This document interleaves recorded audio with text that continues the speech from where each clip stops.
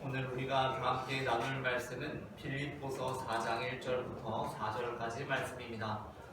본문을 제가 봉독하겠습니다. 그러므로 나의 사랑하고 사모하는 형제들, 나의 기쁨이요 면류관인 사랑하는 자들아, 이와 같이 주 안에 서라. 내가 유오디아를 권하고 순두개를 권하노니 주 안에서 같은 마음을 품으라. 또 참으로 나와 멍에를 같이 한 내게 구하노니 복음에 나와 함께 힘쓰던 저 여인들을 돕고 또한 글레멘드와 그 외에 나의 동역자들을 도우라. 그 이름들이 생명책에 있느니라. 주 안에서 항상 기뻐하라. 내가 다시 말하노니 기뻐하라. 아멘. 우리가 앞서 다루었던 바 있는 빌립보서 2장 12절부터 13절은 이렇게 말씀합니다. 그러므로 나의 사랑하는 자들아, 너희가 나 있을 때뿐 아니라 더욱 지금 나 없을 때에도 항상 복종하여 두렵고 떨림으로 너희 구원을 이루라. 너희 안에 행하시는 이는 하나님이시니 자기의 기쁘신 뜻을 위하여 너희에게 소원을 두고 행하게 하시나니. 아멘. 우리는 우리의 구원을 이루는 사람들입니다. 그러나 사실 우리 안에서 행하시는 이는 하나님이십니다. 따라서 구원받은 우리는 우리 스스로 구원을 이루어가면서도 우리의 공로와 자격을 내세우는 것이 아니라 우리로 하여금 소원을 두고 이루게 하시는 주님의 은혜와 인도하심을 늘 기억하고 그것에 감사하며 그것을 의지합니다. 하지만 이는 또한 역설적으로 우리가 우리로 하여금 소원을 두고 이루게 하시는 하나님의 은혜와 인도하심을 기억하는 사람들이면서도 그저 하나님께서 우리의 구원을 이루어 나가시는 것을 소극적으로 기다리고 있는 존재가 아니라 그 하나님 안에서 우리의 구원을 적극적으로 이루어가는 존재들임을 나타냅니다. 우리는 우리 안에 소원을 두고 행하게 하시는 하나님을 기억하고 의지하면서도 12절 본문 말씀처럼 우리의 구원을 우리 스스로 적극적으로 이루어가는 사람들입니다. 요한복음 15장 1절부터 5절은 이렇게 말씀합니다. 제가 봉독하겠습니다. 나는 포도나무요 내 아버지는 농부라. 무릇 내게 붙어있어 열매를 맺지 아니하는 가지는 아버지께서 그것을 제거해 버리시고 무릇 열매를 맺는 가지는 더 열매를 맺게 하려 하여 그것을 깨끗하게 하시느니라. 너희는 내가 일러준 말로 이미 깨끗하여졌으니 내 안에 거하라. 나도 너희 안에 거하리라. 가지가 포도나무에 붙어있지 아니하면 스스로 열매를 맺을 수 없음 같이 너희도 내 안에 있지 아니하면 그러하리라. 나는 포도나무요 너희는 가지라. 그가 내 안에 내가 그 안에 거하면 사람 열매를 많이 맺나니 나를 떠나서는 너희가 아무것도 할 수 없음이라. 아멘. 가지는 포도나무에 붙어 있을 때에만 열매를 맺을 수 있습니다. 가지가 포도나무를 떠나서는 결코 열매를 맺을 수 없습니다. 따라서 예수님께서는 그가 내 안에 내가 그 안에 거함으로 사람이 열매를 많이 맺을 수 있다고 말씀하십니다. 하지만 그렇다고 해서 포도나무에 붙어있는 가지가 모두 열매를 많이 맺는 것은 아닙니다. 한편으로 본문은 포도나무에 붙어있으면서도 열매를 맺지 아니하는 가지에 대해서 말씀합니다. 2절입니다. 무릇 내게 붙어있어 열매를 맺지 아니하는 가지는 아버지께서 그것을 제거해 버리시고 무릇 열매를 맺는 가지는 더 열매를 맺게 하려 하여 그것을 깨끗하게 하시느니라. 아멘. 본문은 분명하게 포도나무에 붙어 있으나 열매를 맺지 아니하는 가지에 관하여 말씀하고 있습니다. 그리고 그러한 가지는 아버지께서 그것을 제거해 버리신다고 합니다. 그러므로 우리가 주님께 붙어 있으므로 열매를 맺는 것은 맞지만 그저 우리가 주님께 붙어 있으면 주님께서 다 알아서 하시겠지 라는 생각으로 일관하는 것은 구원받은 사람의 올바른 태도가 아닙니다. 우리는 분명 주 안에 있는 존재들입니다. 그리고 주 안에 있을 때에만 열매를 맺을 수 있습니다. 아멘. 그러나 그렇다고 해서 아무것도 하지 않는 사람들이 아니라 이제 우리로 하여금 열매 맺게 하시는 주님의 그 능력 안에서 우리 또한 우리의 열매를 맺기 위하여 우리의 구원을 이루어가는 사람들인 것입니다. 구원은 한 번 받음으로 종결되는 사건이 아닙니다. 데살로니가전서 5장 23절에서 24절은 이렇게 말씀합니다. 평강의 하나님이 친히 너희를 온전히 거룩하게 하시고 또 너희의 온 영과 혼과 몸이 우리 주 예수 그리스도께서 강림하실 때에 흠없게 보존되기를 원하노라. 너희를 부르시는 이는 미쁘시니 그가 또한 이루시리라. 아멘. 실력이나 기대했던 것보다 좋은 대학에 합격한 것은 무척 기쁘고 좋아할 만한 일입니다. 그런데 그렇다고 해서 인생의 모든 일들이 해결된 것은 아닙니다. 이제 실력이나 기대보다 더 좋은 대학에 합격했다면 또 그곳에서 좋은 학생으로 성장해야 하는 것입니다. 기대나 실력보다 좋은 대학에 합격했다고 해서 대학에 들어가서 계속해서 놀기만 하다 보면 오히려 토끼와 거북이처럼 인생의 나중에 이르러서는 기대했던 것보다 좋지 않은 대학에서 공부한 사람보다 나쁜 결과를 맞이할 수도 있는 것입니다. 그러므로 우리는 이미 받은 구원 안에서 우리가 온전히 거룩해지고 또 온 영과 혼과 몸이 주께서 다시 오시는 그날까지 우리가 구원받은 그대로 흠없게 보존되기 위해 노력해야 하는 것입니다. 오늘 우리는 주 안에서 라는 제목의 설교를 나눕니다. 제가 제목을 먼저 읽으면 따라 읽으시면서 두 번 읽어보겠습니다. 주 안에서 주 안에서 전해지는 말씀을 통하여서 주 안에 있는 우리가 이루어 나가야 하는 삶의 모습이 무엇인지 알게 되고 그 삶의 모습을 이루어감으로써 많은 열매를 맺는 가지들이 되기를 소망합니다. 아멘. 그렇다면 주 안에 있는 우리가 이루어가야 하는 삶의 모습은 무엇입니까? 먼저 첫째 함께 읽겠습니다. 첫째, 주 안에 서신 것입니다. 빌립보서 4장 1절을 제가 읽겠습니다. 그러므로 나의 사랑하고 사모하는 형제들, 나의 기쁨이요 면류가 아닌 사랑하는 자들아, 이와 같이 주 안에 서라. 아멘. 바울은 일반적으로 본이 되는 그리스도인에 대하여 군인의 이미지를 사용하곤 했습니다. 디모데후서 2장 3절입니다. 너는 그리스도 예수의 좋은 병사로 나와 함께 고난을 받으라. 아멘. 이와 마찬가지로 빌립보서 2장에서도 빌립보 교회에서 로마 감옥에 있는 바울을 도우라고 파송한 사역자 에바브로디도에 관하여서도 바울은 에바브로디도를 군사로 비유합니다. 2장 25절입니다.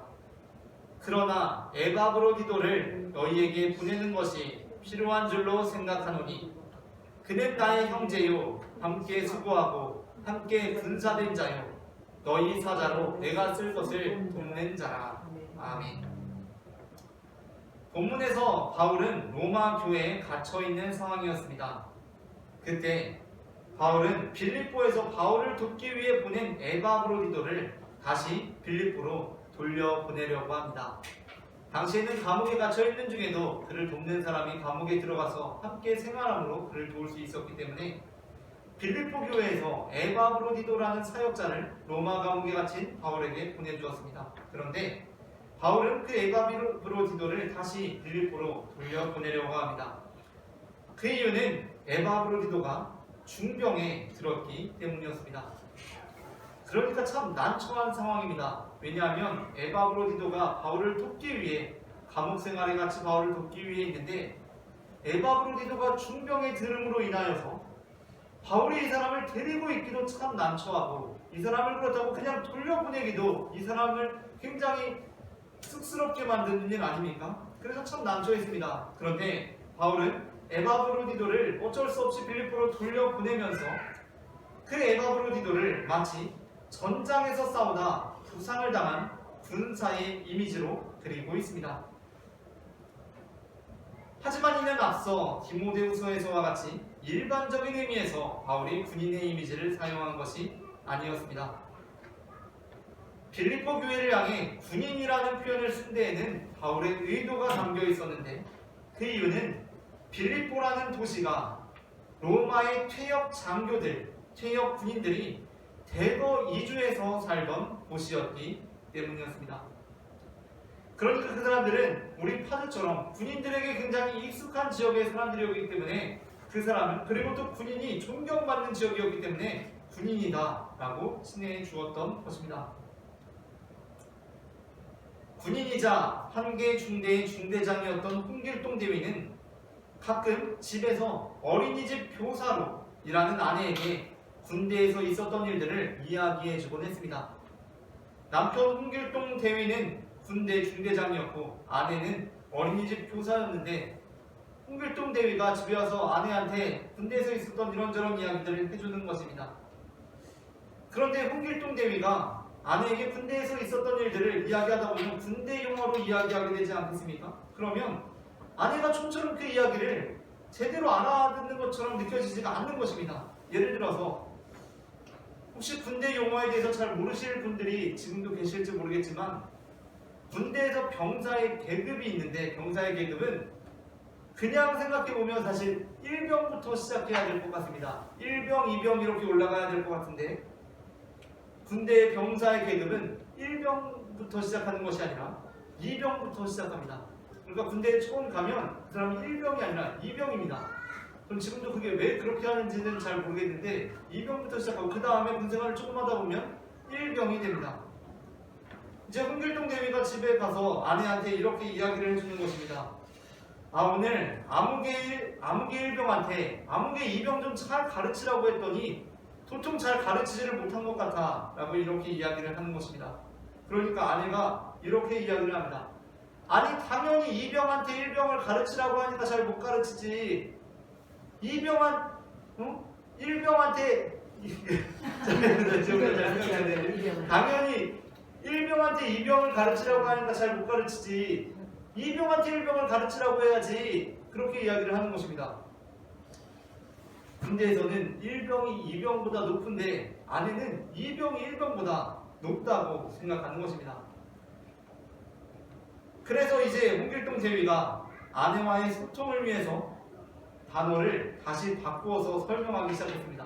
다음부터는 1병이나 2병이라는 말을 안 쓰고 2병은 4세, 1병은 5세라고 칭하면서 이야기를 해주었습니다. 어제 5세 아무개한테 4세 아무개 좀 가르쳐주라니까 제대로 못하더라 라고 했습니다. 그러니까 이제 집에서 소통이 되는 것입니다. 이처럼 상대방이 잘 알아들을 수 있는 방식으로 표현을 해주면 소통하기가 더 쉽습니다. 그래서 바울은 퇴역 군인들이 많아서 군사 용어에 익숙했고 또 군인들이 존경을 받는 빌립보 사람들을 위해 에바브로디도를 군사라고 칭해줌으로써 도움을 주러 갔다가 짐이 되고만 그 에바브로디도에게 여전한 존경을 표할 수 있도록 배려했던 것입니다. 1절 역시 마찬가지입니다. 1절 본문은 우리에게 주 안에 서라 라고 합니다. 그러면 우리는 서라는 것이 그냥 누워있는 거나 앉아있는 게 아니라 서라는 것이구나 라고 쉽게 생각할 수 있습니다. 아주 일상적이고 일반적인 의미입니다. 그렇게 될 때 우리가 본문을 조금 더 깊이 묵상한다면 누워있는 것이나 앉아있는 것과 달리 서라는 것이 무엇인지에 대해서 묵상하게 됩니다. 그러다 본문은 단순히 누워있거나 앉아있는 것이 아닌 서있는 그런 누워있거나 앉아있는 것이 아니라 서있는 것 그것을 의미하는 것이 아니었습니다. 본문에 서 있다는 것은 그보다 강한 뉘앙스를 갖는데 그것은 군인들이 차렷하고 있는 상태, 더 정확하게는 고대 전쟁에서 로마 병사들이 전열을 가다듬고 진격해 오는 적군에 맞서서 방어태세를 갖추고 방패를 들고 스크럼을 짜서 서 있는 것을 의미하는 것이었습니다.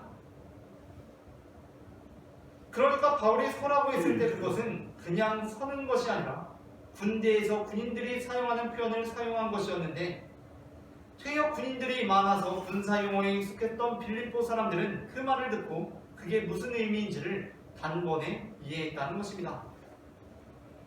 따라서 본문에 대한 다른 번역들은 본문의 서다는 의미보다도 굳게를 강조해서 이렇게 기록하고 있습니다. 공동번역과 새번역을 보겠습니다. 먼저 새번역입니다. 그러므로 사랑하고 사모하는 나의 형제자매 여러분, 나의 기쁨이요 나의 면류관인 사랑하는 여러분, 이와 같이 주님 안에 굳건히 서 계십시오. 아멘. 다음으로 공동번역입니다. 그러므로 내가 사랑하고 그리워하는 형제 여러분, 나의 기쁨이요 면류관인 사랑하는 교우 여러분, 주님을 믿으며 굳세게 살아가십시오. 아멘. 그러므로 서라는 것은 그냥 서 있으라는 것이 아니라 정신을 차리고 굳세게 서 있으라는 것입니다. 진격해 오는 적군을 맞서서 스크럼을 짜고 방패를 들고 서 있는 로마의 병사들처럼 그렇게 굳세게 서 있으라는 것입니다. 등산을 하는 것은 건강에 좋은 것이지만 또한 등산을 하다 보면 안전사고가 발생하기도 합니다. 그런데 알아보니까 등산 중에 발생하는 안전사고는 보통 올라갈 때보다 내려올 때 사고가 더 많이 발생한다고 합니다. 그 이유가 무엇입니까?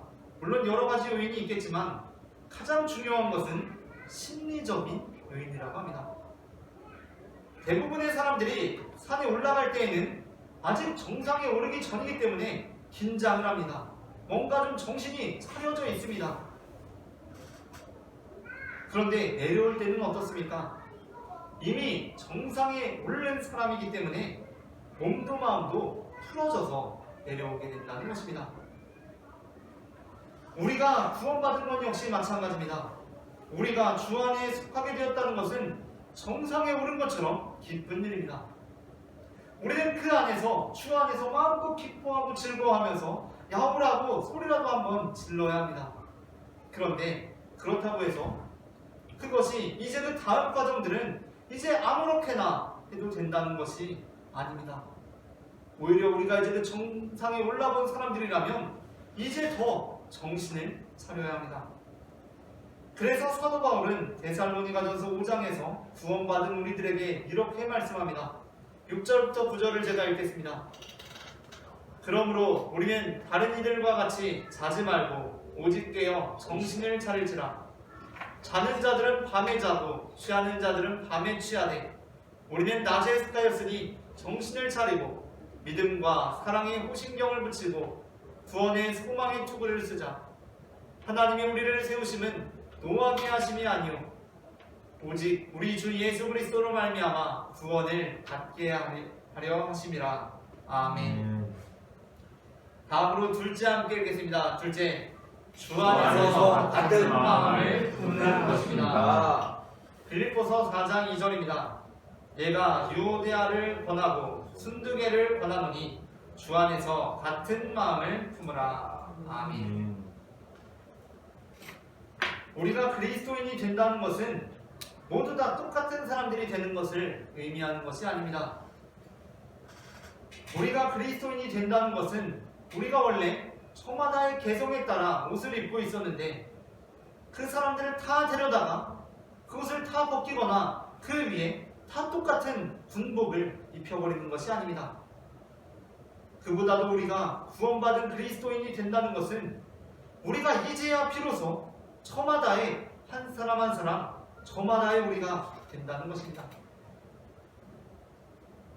그러니까 우리는 원래 하나님께서 창조하신 고유한 존재들로서 각각의 개성에 따른 옷을 입고 있었습니다.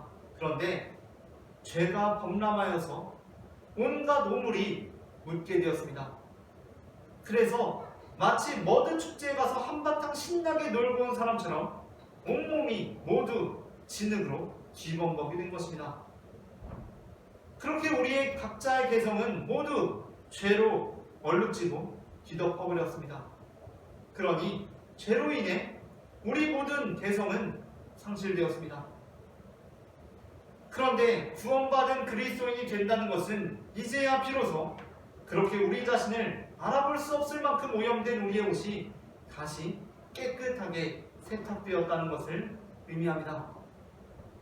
이제 비로소 다시 저마다의 고유한 색이 나타나게 되었습니다.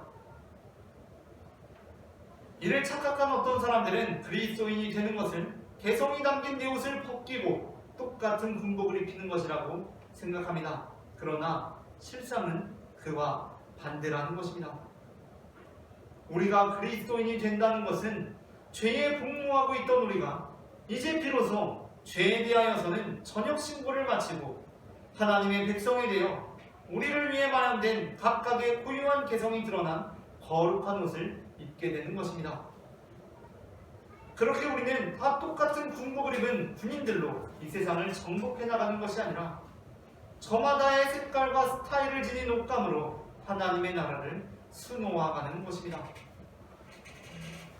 그런데 이 과정 가운데 한 사람에 대한 고유한 옷은 그 사람에 대한 고유한 것이지만 그것이 다른 사람들과의 조화 속에서 잘 어울리지 않는 경우가 있을 수 있듯이 교회와 그리스도의 공동체 역시 홀로 있는 것이 아니라 함께 있다 보니 서로 간에 불협화음이 발생할 수 있습니다.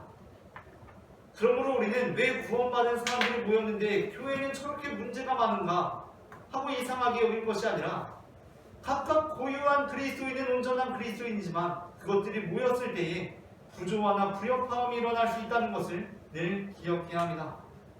그것은 언제든지 발생할 수 있습니다. 그런데 그때 우리가 취해야 할 태도는 무엇입니까? 그것은 우리가 주 안에서 같은 마음을 품는 것입니다. 빌립보라는 도시가 퇴역 군인들이 많이 사는 특징을 가지고 있었다면 빌립보라는 교회는 여성 그리스도인들의 영향력이 강했던 교회라는 특징을 갖습니다. 그런데 그곳에서 유오디아라는 여인과 순두계라는 여인 사이에 갈등이 비롯되었습니다. 그들에게 바울은 주 안에서 같은 마음을 품으라고 합니다. 그렇다면 주 안에서 같은 마음을 품으라는 것은 무엇입니까?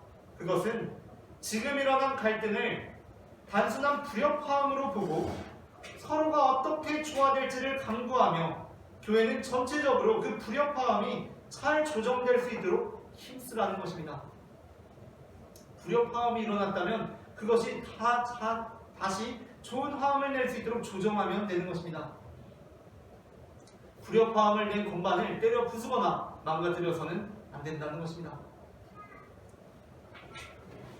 하나님의 놀라우신 구원을 경험한 홍길동 씨는 단순히 이제 목소리로만 하나님을 찬양하는 것에 자신의 감격을 다 표현할 수가 없었습니다.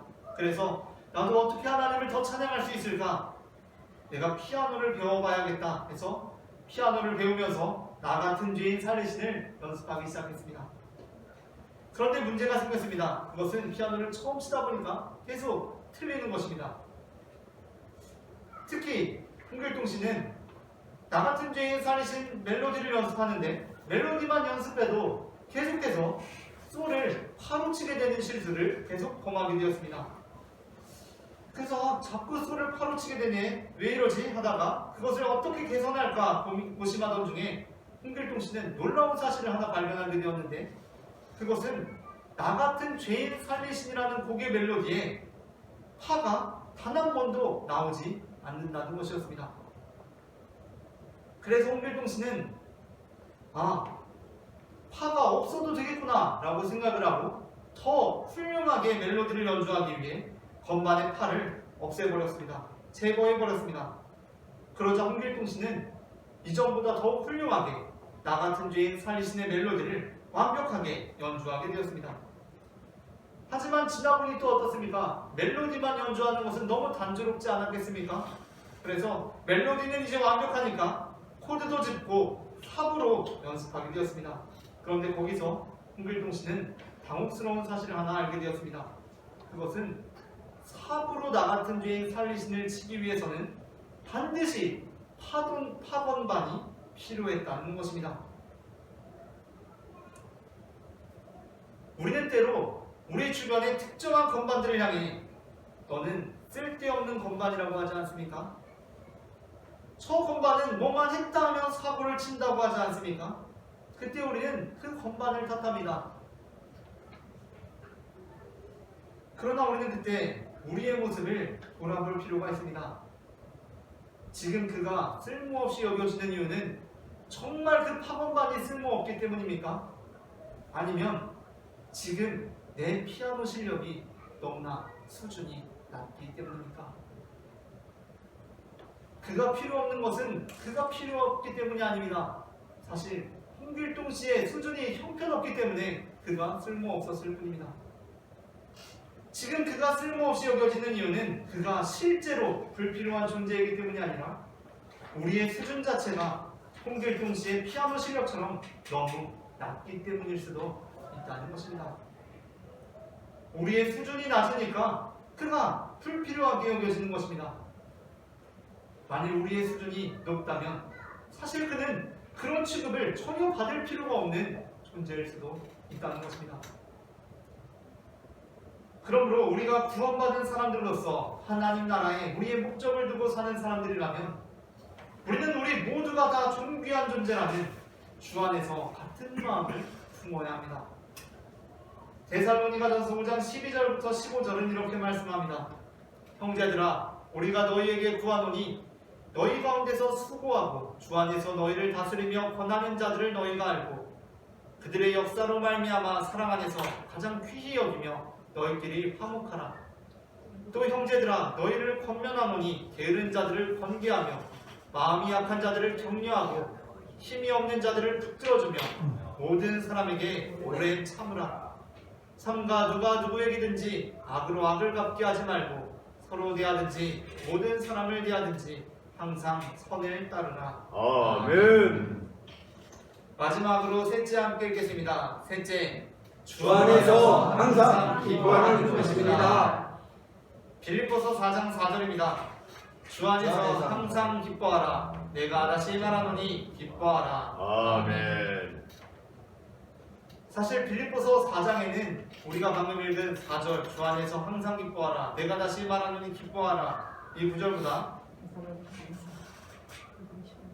이 구절보다도 4장 전체에서 4장에는 아니 성경 전체에서 가장 유명한 구절 중에 하나가 기록되어 있습니다.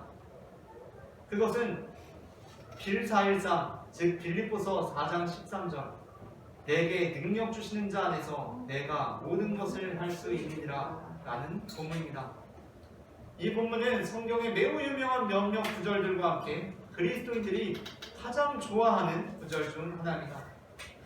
그 이유는 이 빌립보서 4장 13절 본문이 우리에게 자신감을 주기 때문일 것입니다. 물론 그리스도인들은 하나님 안에서 모든 일을 할 수 있으리라는 자신감을 가지고 있는 사람들임이 분명합니다. 그러나 우리가 본문을 온전히 묵상한다면 우리는 본문이 맥락이 다른 의미를 담고 있음을 확인해야 합니다. 앞선 12절부터 13절입니다. 본문을 읽겠습니다. 내게 능력 주시는 자 안에서 내가 모든 것을 할 수 있느니라. 12절부터 보겠습니다. 나는 비천에 처할 줄도 알고 풍부에 처할 줄도 알아. 모든 일 곧 배부름과 배고픔과 풍부와 풍핍에도 처할 줄 아는 일체의 비결을 배웠노라. 내게 능력 주시는 자 안에서 내가 모든 것을 할 수 있느니라. 아멘. 맥락을 보게 될 때 바울이 말하는 모든 것이란 능력을 행하는 것이 아닙니다. 모든 것이란 비천해지는 것, 배고픈 것, 궁핍한 것들을 의미합니다. 그러니까 바울이 내게 능력 주시는 자 안에서 내가 모든 것을 할 수 있으리라 라고 한 것은 내가 비천해지고 배고프고 궁핍한 중에도 그 모든 것들을 다 받아들일 것을 넘어서 기쁨으로 그 모든 것들을 감당할 수 있다는 것이었습니다. 그러므로 우리는 빌립보서 4장 13절을 우리들의 인생 본문으로 삼을 때 그것을 통해 하나님께서 나와 함께 하시면 나는 승진할 수 있고 대박날 수 있고 합격할 수 있다고 믿을 뿐만 아니라 하나님께서 나와 함께 하시면 나는 실직해도 기뻐할 수 있고 쪽박차도 기뻐할 수 있고 탈락해도 기뻐할 수 있다고 믿어야 합니다. 사도 바울이 로마 감옥에서 빌립보서를 쓰기 전에 빌립보에 처음 가서 감옥에 갇히게 되었을 때 그때 보여준 바울의 모습이 바로 감옥에서도 기쁨의 찬송을 올려드리는 것이었습니다. 아멘. 따라서 데살로니가전서 5장은 이렇게 말씀합니다. 16절부터 18절입니다. 항상 기뻐하라. 쉬지 말고 기도하라. 범사에 감사하라. 이것이 그리스도 예수 안에서 너희를 향하신 하나님의 뜻이니라. 아멘. 아멘. 말씀을 마칩니다. 주 안에 있는 우리는 주 안의 성으로 주 안에서 같은 마음을 품음으로 주 안에서 항상 기뻐함으로 주 예수 그리스도께서 다시 오실 때까지 우리 온 영과 혼과 몸을 힘없게 도전합니다. 우리 모두가 주님께서 다시 오실 그때에 많은 열매를 가지고 주님 앞에 나아가는 가지들이 되기를 소망합니다.